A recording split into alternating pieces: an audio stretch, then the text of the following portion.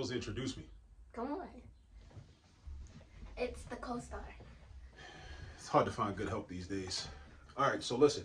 This is Professor Parker, and I'm here with Assata, and we're going to talk about how to convert repeating decimals. All right. So this is what I need you to do. I need for us to switch places, right? Like with a reciprocal and a fraction, right? With a numerator and denominator switch places, sort of, right? Sort of what we did. But anyway, we're going to convert repeating decimals. Now there's 6 examples up here. I actually already did a video for number 1, so we're not going to do number 1. We're going to do number 2, and let's get into it. So what you want to do first is understand what this decimal means. So Assata, tell the people what this decimal actually means. That's a repeating decimal. If it has a bar over the number, that means it's a repeating decimal. So that is 0.5555555. And the 5s go on forever and ever, right? And never stop, right? Yeah. And that's the purpose of the horizontal bar, is to indicate that whatever digit the bar is over top of, that digit or those digits, like in number 3, 0 and 5, repeat forever. So it's going to go 0, 5, 0, 5, 0, 5, 0, 5, 0, 5, 0, 5.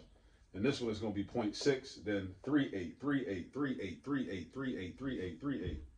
And then so on and so forth. So this one is just 0.5555555 forever. So because it's a repeating decimal, this is not the same thing as just 0.5. That bar means something. It means something. So if you want to convert this to a fraction, you got to do a little more work. So step 1, because Assata doesn't know how to do this, right? Because I didn't teach her how to do it. So now I'm teaching her how to do this too. All right. So we all gonna learn together. We all learning together. All right. So the first thing, Assata, we're gonna set up an equation. We're going to say x equals 0.5 bar. All right, so that would be your first step, right? So if you were sitting somewhere watching this YouTube video, you would have your notebook out, you would have a pen or a pencil, and you'd be writing down what I just wrote down. X equals 0.5 bar. Now, the next step is you're going to make another equation where all the digits that are to the right of the decimal point get moved to the left. So how many digits are to the right? One digit that we see written, right?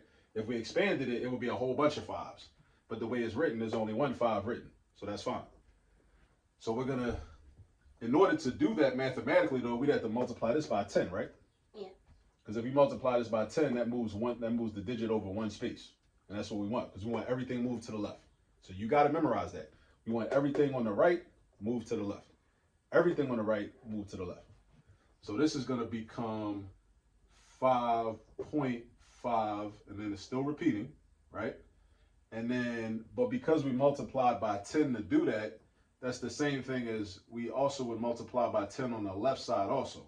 So the left side has an x, so that's going to become 10x, all right? So this is our new equation, 10x equals 5.5 repeating. So we got our original equation and then our new equation. Now sometimes, right, we're going to reuse this equation.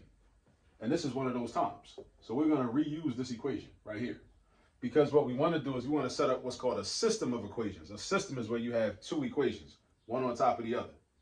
And you want to set up like a situation where the repeating decimals get canceled out. So where the repeating decimals get canceled out. So if I rewrite this as like x equals 0.5 bar, I want it to be set up like this because I want my repeating decimals lined up on one on top of the other. That's the key. You want the repeating decimals lined up on top of each other, vertically. And like we have here, because what I'm going to do is, in this system, I'm going to subtract this equation from that equation. That's what I'm going to do. I'm subtracting the bottom one from the top one. And I want the repeating, because basically, I'm trying to get rid of the repeating part. Because once I get rid of the repeating part, then I can actually find the fraction form much more easily. Everything okay? Mm-hmm. All right, so look, because if I was doing subtraction, 5.5 repeating minus 0.5 repeating, isn't that just the same thing as doing 5 minus 0? Mm-hmm. That makes sense, right? Yeah. So this equals 5, and then what's 10x minus x? 10. No.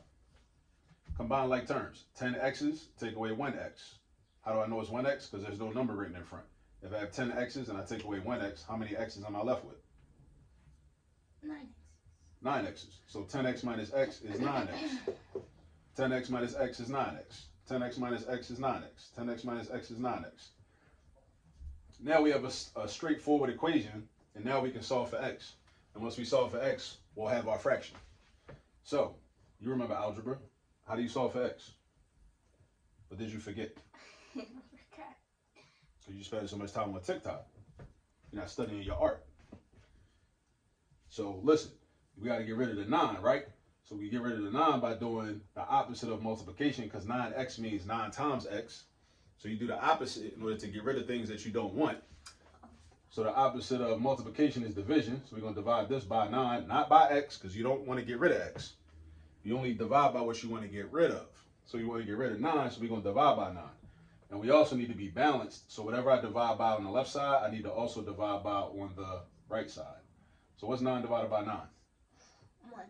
9 divided by 9 is 1. Any number divided by itself, the quotient is always going to be 1. So we end up with 1x over 1, which is just x. And this is our answer, 5/9. So this is the fraction form of 0.5 repeating. Which should make sense, because 0.5 non-repeating is 5/10, which is half. 0.5 is 1/2, and 5/10 is very close to 5/9, right? But of course, 0.5 repeating is a little bit bigger than 0.5, right? There's a whole bunch of 5s after the 5. 0.5 is just 0.5 with zeros after it. So this is 5/9, and this is the process. You want to create two equations where the repeating part is going to cancel out. That's the key, right? Just remember that. Like, you want to set up a situation where the repeating parts are going to cancel out if you subtract them. So you need two equations. Sometimes you're going to use the original equation. Sometimes you're not. Sometimes we might have to use 100x equals something. And then we might have to use 10x equals something and subtract those, right? That's what I had to do on number 1. But, you know, it varies, you know? How long is this video? Like 7 minutes? All right, we're going to stop right there. So we're going to stop right here, and we'll come back. We'll do another video for each of these other 3, 4, 5, and 6. All right? So, you want to tell the people bye? Yeah, bye-bye. Did you learn something new? Yeah. Okay, we're going to see the next video. We're going to see if you was paying attention, because you know you need to pay attention. I was paying attention. You know you need to pay attention. Okay, bye.